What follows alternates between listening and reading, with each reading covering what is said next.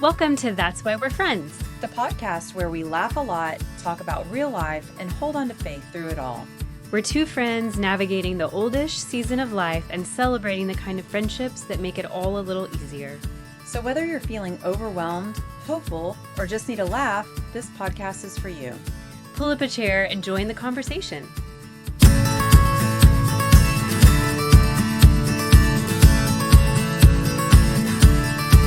Hey, Kara. Hey, Sarah. How's it going? It's going really well now that I know you're not dead.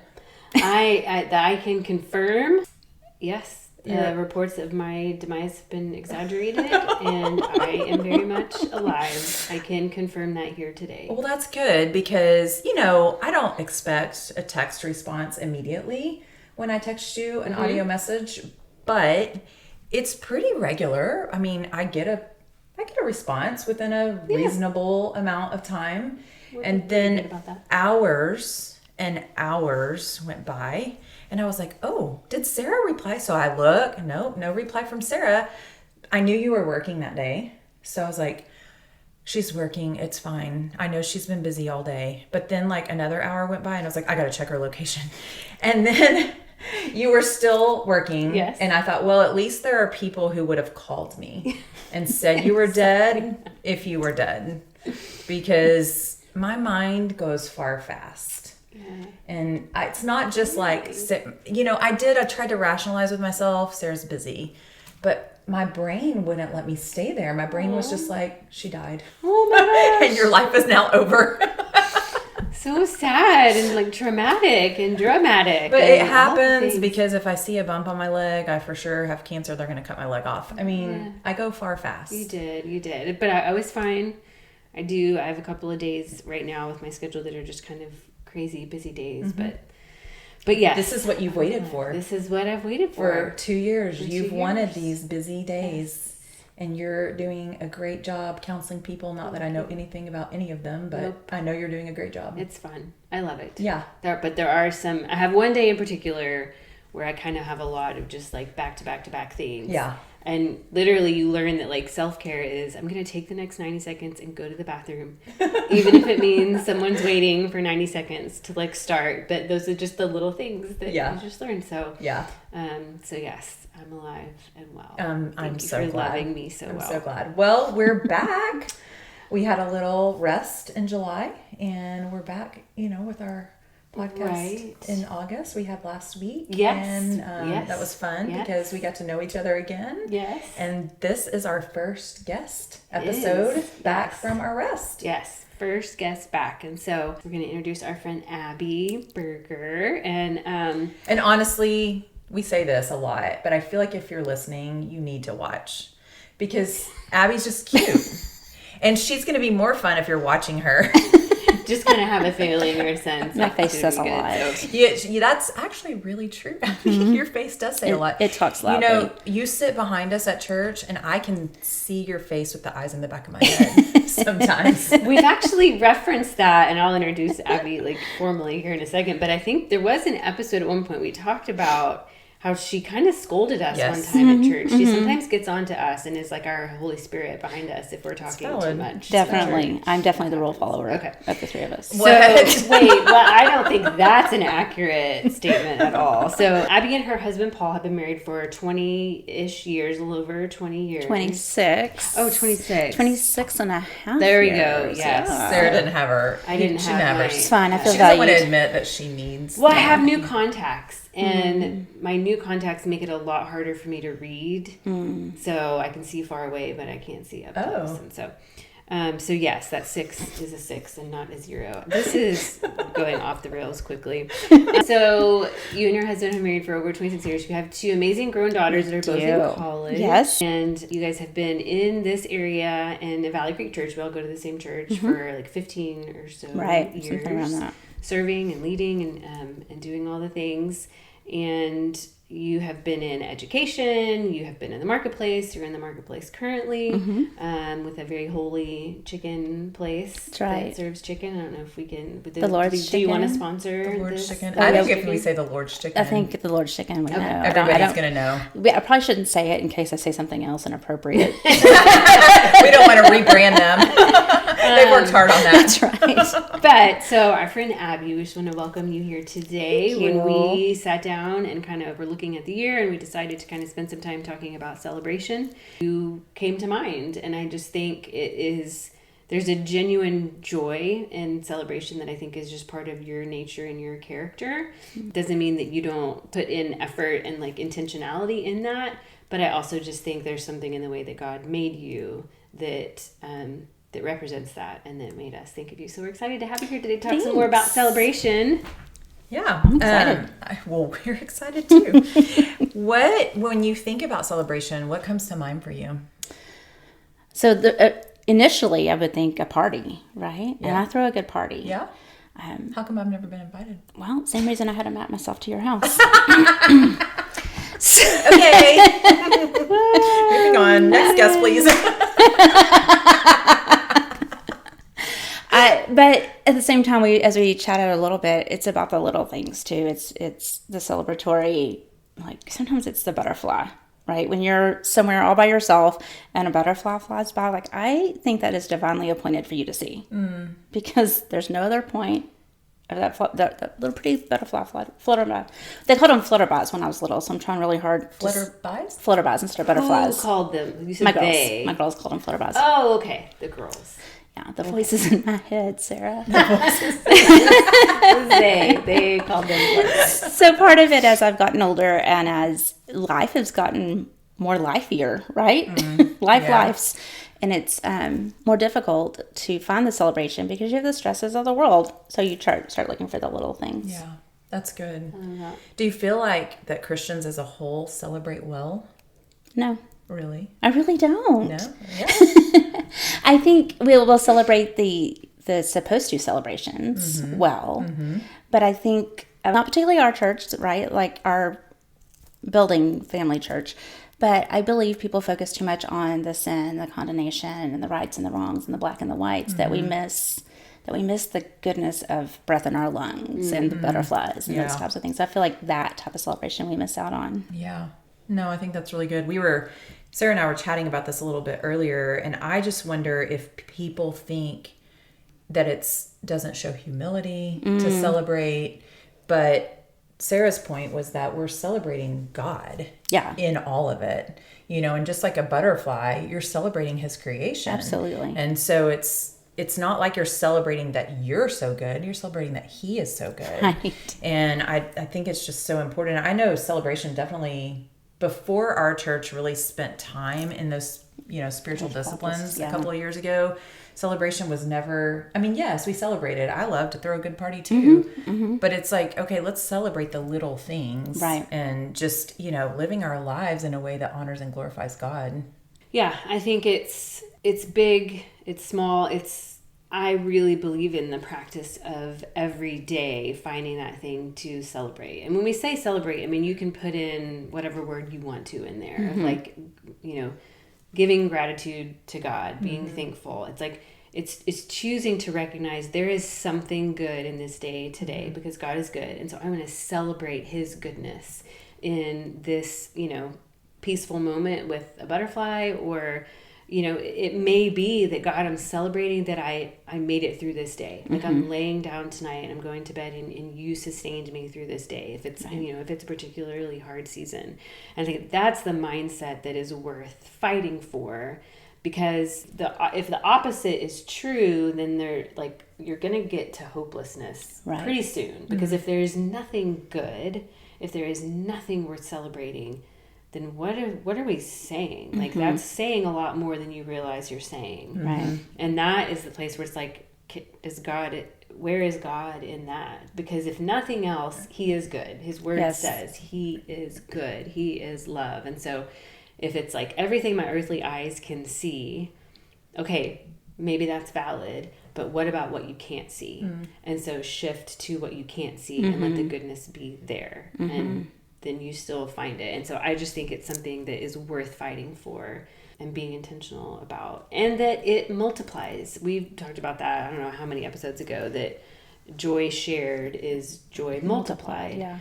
And so that will even happen in our own minds. When I start to look for the butterfly moments, I will see them more and more. Yeah. Yeah.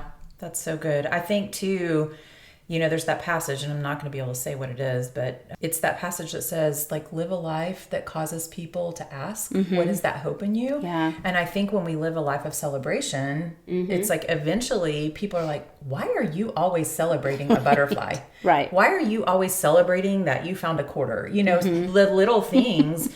And it just gives us a reason to share the hope that's in us. That's good. Yeah.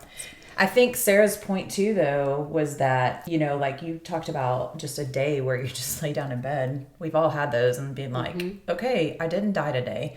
So celebration doesn't deny the reality that life gets lifier, as you said. So what does that look like for you when life is happening? And where is celebration in that? It's good. So if I can just go ahead and bring up something that we struggled with in the past. So we've had some ick, right? We've all had ick, but I think of a couple of seasons of ick, and one was when we lost a very dear friend and grieving through that, and where you find beauty from ashes, right? Or where we had both of our girls struggled with mental health, and when you can take a moment and you can't sleep, so you're sitting by their door to make sure they're sleeping. You were praising God for the breath in their lungs. You're praising God that you have a house. You're praising God that you have provision to take care of the kiddos and take them to the therapies, that kind of thing. So when life does get lifey, it's easy to be blinded, but a prayer I say often is, Lord, let your whisper be louder than the screams of the world. Yeah. And I think the same thing in celebration, right? Like, let me hear that whisper so I can know that I can celebrate. Because if we can't hear him, we're not listening. It's not that he left us. Yeah. So I think, just grabbing those little things and those little moments that we take for granted. I think too, like, I know some of your ick that you haven't even mentioned yet, but have you been in a season like that where you had to celebrate publicly? And like, what was the dynamic of feeling like there's a piece of you that's grieving and in the middle of hard, and there's a piece of you that still has to celebrate? That's good. That's tough. I think both of those situations I brought up, but particularly with our girls, not that this is going to stay within just the three of us, but when the girls struggled, and we all struggled with mental health issues, and it was their story at that time. That was theirs to tell and not ours. We have our own versions of it, but having to function, Paul still had to go take care of patients. I still functioned, and I think I was teaching at the time, and what that looks like, and celebrating those wins and losses, knowing that your world at home is crumbling. Yeah. And that's, it's reality. Yeah. It's reality. Yeah. That's really good.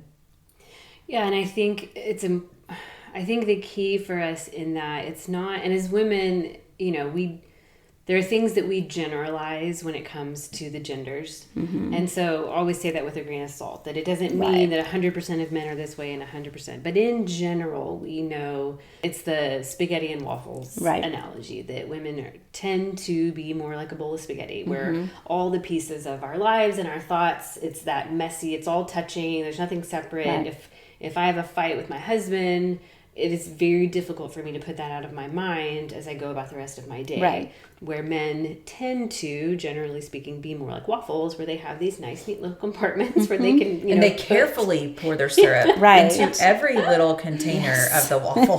There's no pouring it all over. No, there's no overflow. So everything can be separate, but there is, and it's really not that one is right or wrong. They both have their strengths and they both have their challenges, but there is something to take away from the waffle, from that compartmentalization that doesn't go all the way over to denial, but that can say, okay, Lord, this part of my life is hard right now. This is a struggle. We need answers. We're not getting them. I don't know what to do. But I am choosing, I have talked to you about it. I've poured out my heart to you. I am choosing to trust you so I can leave this here with you. Yeah. And I can go walk in the life that you have asked me to live, and the calling that you have put on me to be, whatever the other roles are that aren't the one that's impacted by this dynamic. And so it's not in denial, but it is, God, I'm going to leave this. I'm leaving it at the cross. Like, I have pleaded with you. I have poured out my heart to you, and I am going to leave it here and trust it. It's in good hands. And then I can go live my day, and I can mentally kind of practice self-discipline or self-control of if those intrusive thoughts then come in, that I can say, no, that's in the Lord's hands. Like, I'm not denying reality. I'm not, trying to like pretend it's not happening. Right. But I can acknowledge that, okay, God, you have given me the ability to exist in different spaces. I do not have to fall apart because it feels, now again, there are times, right, tragedy happens, trauma happens, and that's not, we're talking about the everyday load of life versus when those burden seasons come, when there's an extreme situation. Right. So hear me when I'm saying that. There are times when everything stops and we have to deal with something. But just when it's life is lifing. There is something that we can take away from that, from our brother Waffles, our Waffle brothers, that I think is good for us to learn. Can we put our noodles in some of the waffle, squares? Not that we're going to eat it because that's gross, but that can we organize and structure a little bit of our bowl of spaghetti and recognize that, yes, because God says that we have the gift of self-discipline and self-control, that and I have the gift of selflessness. Like that is something that he has called us to. And so, and is there actually a benefit for me if I can lay this down? God, you're going to solve this. How do you want me to be your hands and feet today to get off of myself, off of my situation? And then can I find celebration in that, in partnering with you to go be your hands and feet while not being okay? Because let's just be honest, are we ever really like okay in every area? You know what I mean? Yeah. Like, when is life I've perfect? been O or I've been K, but I've never been both of them together. KO. But like, honestly, if we're waiting to go be the things that Jesus calls us to be when life is like good, then we're never going to get, and that would mean the enemy wins. Yeah. If I never get my eyes off of myself, my situation, and I think then why celebration is so important is because I think celebration is one of those ropes to kind of pull us out of that self-focus. And I've said this before, the secular, mental health psychology world acknowledges this. There's research and evidence that shows counselors now will prescribe to their clients who struggle with depression and anxiety, go serve at a soup kitchen, go volunteer somewhere, go spend some time not thinking about yourself and your situation. Yeah. And people are finding healing in mental health apart from, we know it's not ultimately apart from Jesus, but it's not coming from a faith-based perspective. Right, but secular places are recognizing the healing that comes from getting outside yourself and going and serving somebody else. That's so good. Well, the enemy wants us to believe that there's nothing worth celebrating. He wants us to believe that everything is hard. That, life is hard and our thing is harder than anyone else's thing. And he wants us to get tunnel vision on that thing. 100%. And so it's like, okay, well, celebrating or, be it, we want to call it joy, we want to call it gratitude, whatever it is, pointing back to God. Yeah. Because that's what we're talking about here is celebration, is pointing back to God. Yeah. And everything that he created is meant to bring him glory. The Bible tells us that very clearly in multiple passages. And so it's like, okay, we were created in his image. We are meant to bring him glory. And he celebrates. So why aren't we celebrating more? It's good. Yeah. Do you feel like when you are in a hard situation that it's easy to find a place of joy, to celebrate something? Or is it kind of just dependent? I would say it's dependent. However, it's like, I'm going to make a exercise analogy. Hold your breath, guys. This never happens. I don't understand it, but it's like working a muscle, right? So if you practice it more, it just becomes easier. Yeah. And so being able to go, okay, we're going to praise God for the breath in our lungs. We're going to, like when you lay down in your bed at night, like you talked about when you've had those crazy days, like you have a bed to lay in, those little things. So it takes a moment of just changing perspective and remembering just the little things that are truly the lifeline to the Savior. You can look at it in any situation, if it's big, life-threatening, not, whatever. There's things that we have to change our mind about.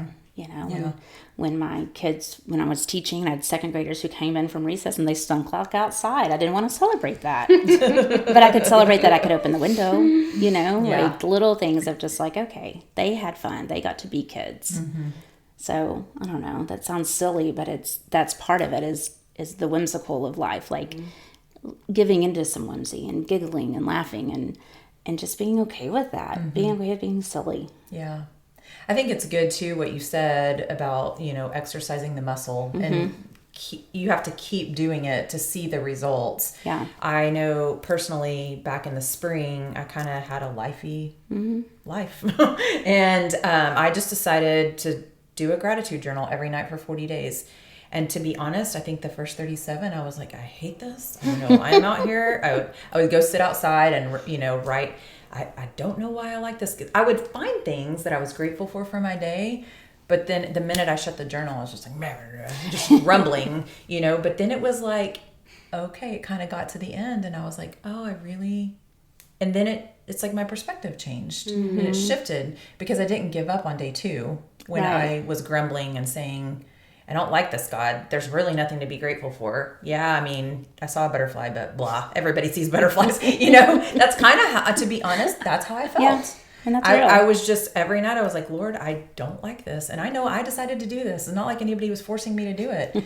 But it exercised the muscle and it moved me kind of past that.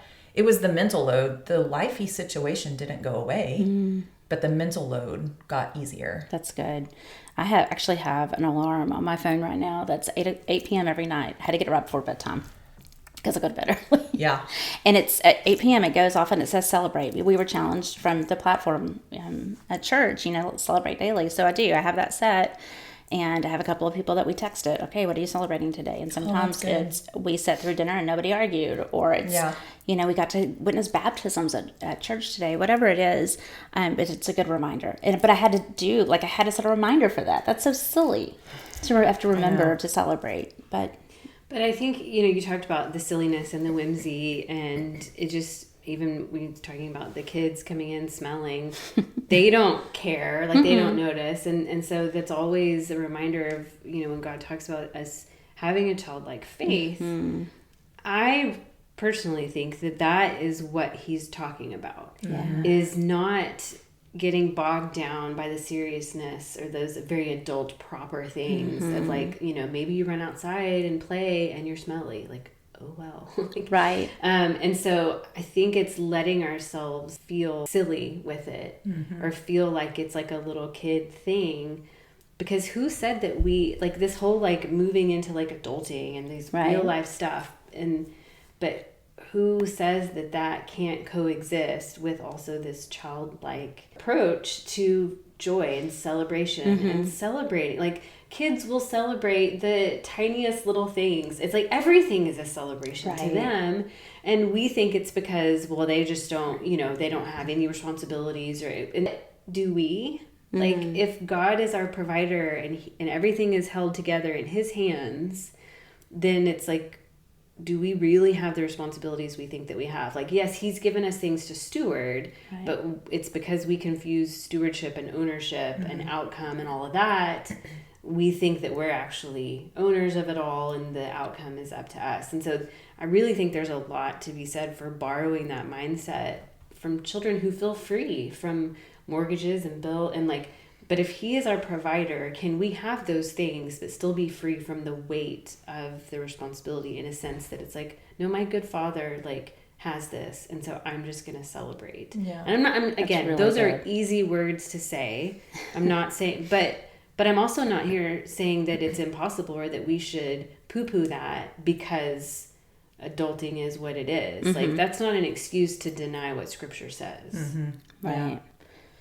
I mean, I think that's so good. I don't know why we move on so quickly from victories with God or tiny things. It's okay, well, I celebrated that, and then in 5 minutes something happens and it's I forgot the last good thing. I think that's why journaling and gratitude journals and things like that can be so important. Is just, and taking that time and that reflection at the end of the day is so important, because it really just shifts, it's our neural pathways get redeveloped of what's going on in our brain. And why did we think adulthood had to be ick? Yeah. Right? Like adulthood doesn't have to be stressful. Yes, there's stresses, blah, blah, blah. But it still can be fun. Yeah. It still can be silly and we can giggle and, it just, I refuse to die grumpy. Yeah. I mean, I'm grumpy a lot. Like Yeah. I left work early the other day because I was just grumpy. Yeah. But like, I don't want to miss out on things because I've chosen to have a bad attitude. Yeah. Because then you'll miss it. Yeah. Yeah. And how many things are we missing? Yeah. Yeah. Something you said about the texting different people. And so I think one of the practical things that does influence our mindset and choices like celebration is the people that are in our lives. So how have people for you or friendships, obviously we love talking about friendship on this podcast, impacted, your choice to like live a life of celebration? That's so good because a lot of the ick we've gone through has been other people's lives, right? That we just decided that we're going to walk life with you. And this is, they say that people aren't messy, life is messy or whatever that is. Well, whatever. People are messy. People are messy. But so part of it is being very intentional with who we surround ourselves with. We have a standing weekly date for dinner with friends that we've done since, I think, 2015. That's a long time. That is a long being time. very intentional, particularly if you know these people. That's a long time with one of them. Hey. I'm teasing, but intentional time. But also, like you start realizing, I want to be around women who celebrate their husbands. And wait, I'm going to stop you. Yeah, That's real good. Yeah. I don't know why that's going to make me cry, but that is a big, big deal. And I think women need to, I don't know if maybe it's like there's someone in particular that just needs to receive that. That the reason you're listening to this today is because God wanted you to hear that. Yeah. that's good.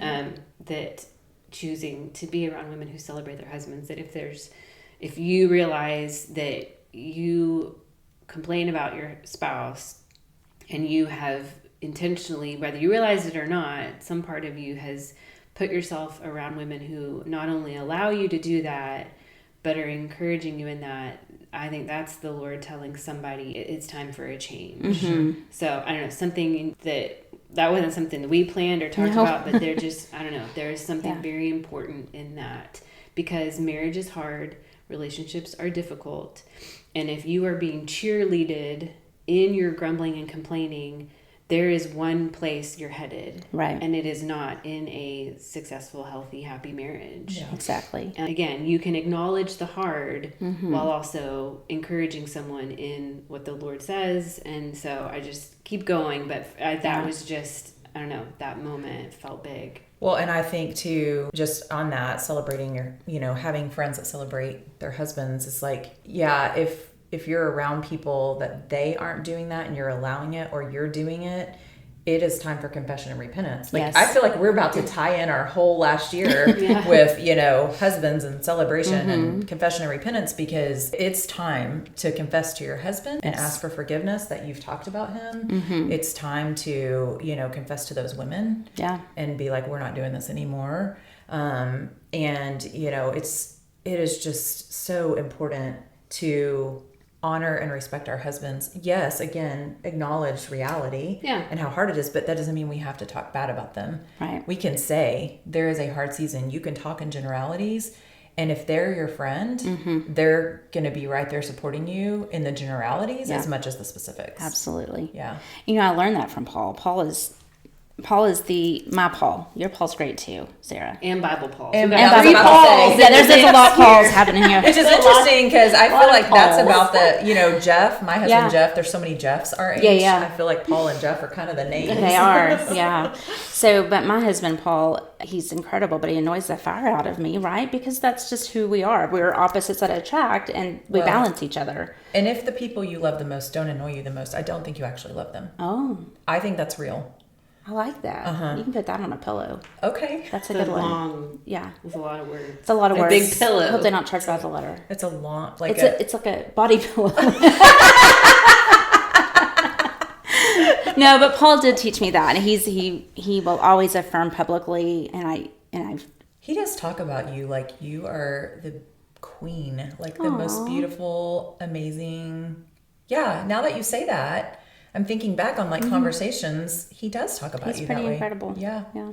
Okay, continue. Thank you. Sorry. Thank you for saying that. Yeah, and so just like being surrounded by people who believe the same way, encourage the same way, and parent the same way, that kind of stuff, it just all goes together. So when you're learning to celebrate daily, the people you surround yourselves with are huge. And when you start seeing friends fall away or fall apart or whatever that looks like, you have to go, okay, we might be the common denominator. Let's figure out, make sure we're good, right? And then, I don't know, like, I don't want to be around people who, I'm not a safe place for that. I'm a safe place for very few things. But yeah, I've lost a friendship. I remember because she called to tell me all about something about another friend. And I was like, yeah, not a safe place for that. And that was the end of that. That's good. Which I was sad at first, but now, whatever. Yeah. Whatever. Yeah. I love that. Well, and I think as women, I think that is a good call up for all of us to be more mindful about what am I a safe place for? There's certain people who think I'm a safe place for something that I really don't want to be, and recognizing that it's not helping me and it's not helping them, and it's not helping the fruit of my life. Like, I want to be in an amazing marriage. I want to be an amazing friend. And so if that's my vision, then daily how I'm speaking and how I'm thinking are either moving me towards that vision or moving me away from it. And so if I recognize that's where I want to head, then the power of the tongue is life and death. So big. And that is not just, a nice idea. Like, God didn't just put things in his scripture to kind of sound like a neat phrase. Like, there's power in that verse that challenges me from time to time of thinking about, okay, if the power of my words, the power of my tongue is life and death, then what am I speaking out? And am I speaking death to the person that I'm speaking to as well as myself? So what am I pulling someone else into? So it's just,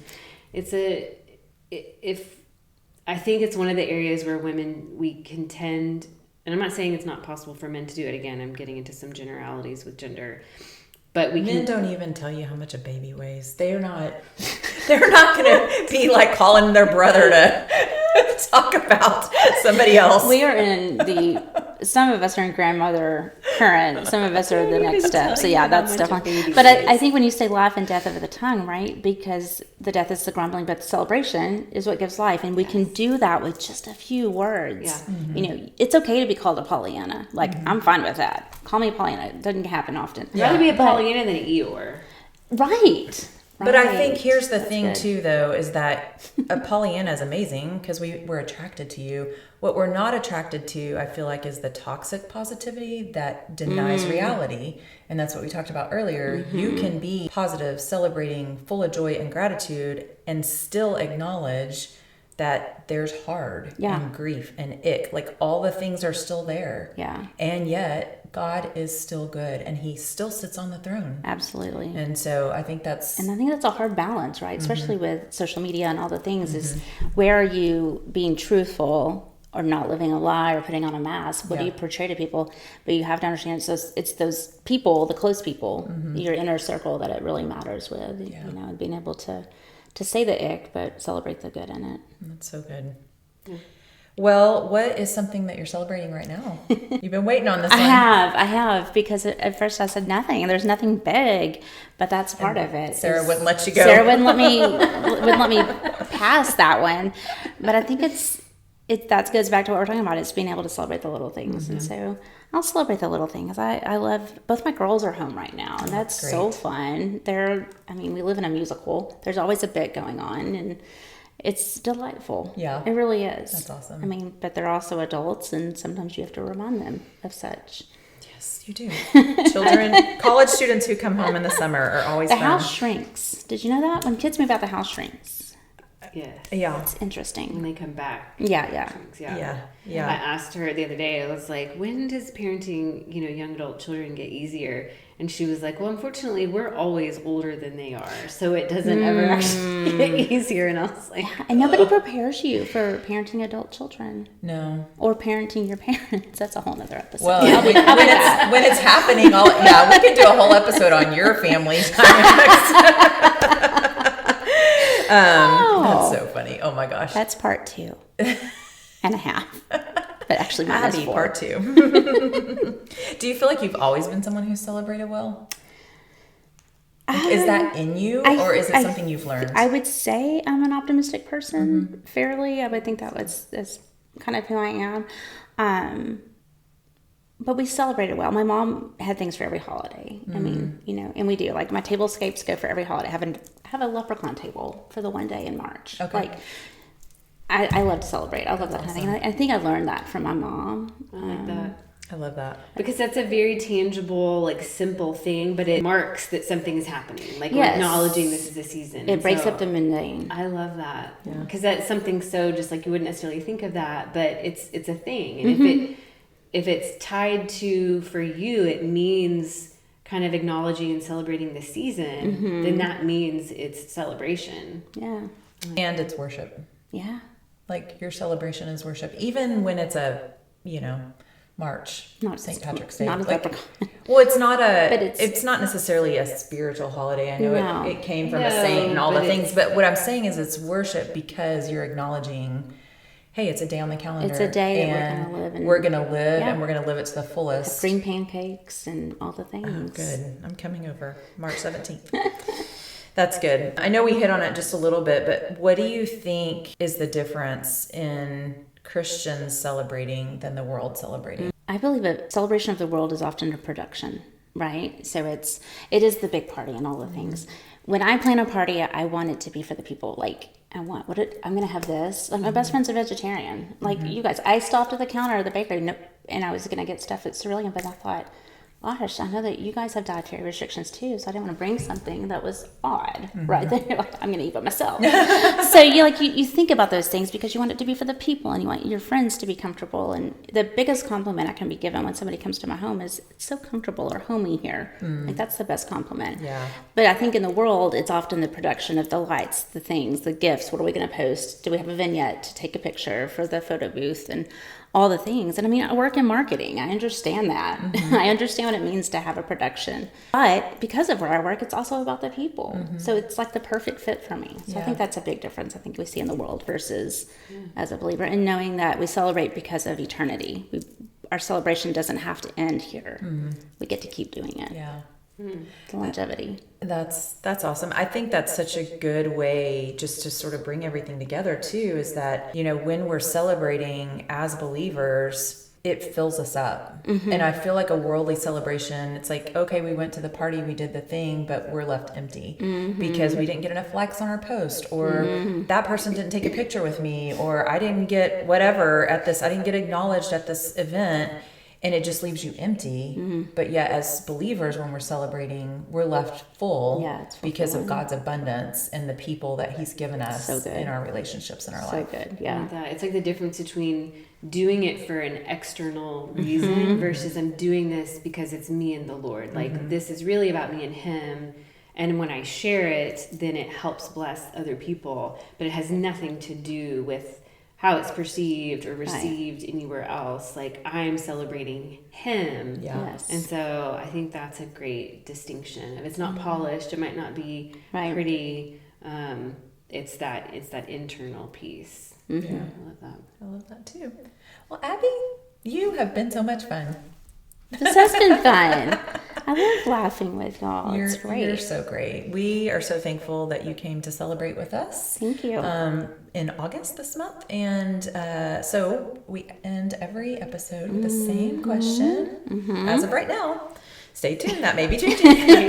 But as of right now, so what are you going to do to enjoy the life God's given you this week? Yeah. So we are going to enjoy preparing. I'm a birthday month girl, okay? Oh, Love it. So like it's that. my birthday month. Oh. So August is a celebratory month. It's fun. Yeah. Get to do all the things. Are you the only August birthday in your family? Absolutely. Oh, the that's only one great. that matters, yeah. Did you plan that? I did. I did. I made Bethany stay in a little bit longer and had Lauren a little early. Okay. I was 87 months pregnant with both of them. So let's just be real. No, but we do birthdays, and I think it's just fun to think, gosh, He knit me together in my mom's womb, and he chose me for this season. As crazy as it might be, but He did it for me. Yeah. So it's birthday month. It's That's fun. amazing. That's awesome. Do you have any idea what you're getting for your birthday?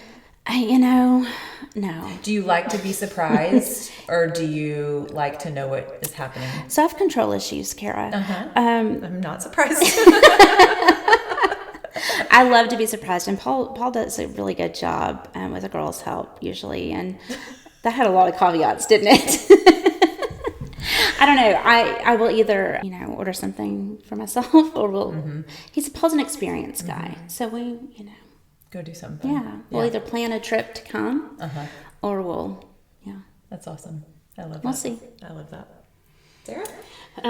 Well, I'm going to be really boring. I think just a lot of my milestones and things I'm looking forward to these next several weeks are going to be just kind of wrapping up semesters. Kind of our summer semester is kind of wrapping up, which means the end of a class I've been in the last 8 weeks while continuing internship. And so I'm celebrating just each kind of chapter that's closing and moving towards like these last few chapters of my last semester, which starts here pretty soon. So I'm celebrating the end of summer and moving into my final semester. So I'm probably going to be a broken record for the next several weeks because I'm so excited and also so ready, and so trying to like live in the moment and be in the day, but be ready for what's next. It's an odd You're in a balance. fun season. Do you know you only have 3 months until you're done? Gosh. Then that is, graduate? I try, I mean, yes, I do. And I'm excited I do. because I'm throwing you a party. I know. And I'm excited because I'm going on a trip with you for your graduation. I know, trust me, but I can't think about all of that too much because I have to stay present in the day and get through the next 3 months. But I know, I mean, I've got a spreadsheet. I'm tracking every week and all my hours and like where I'm at and how I'm transitioning because,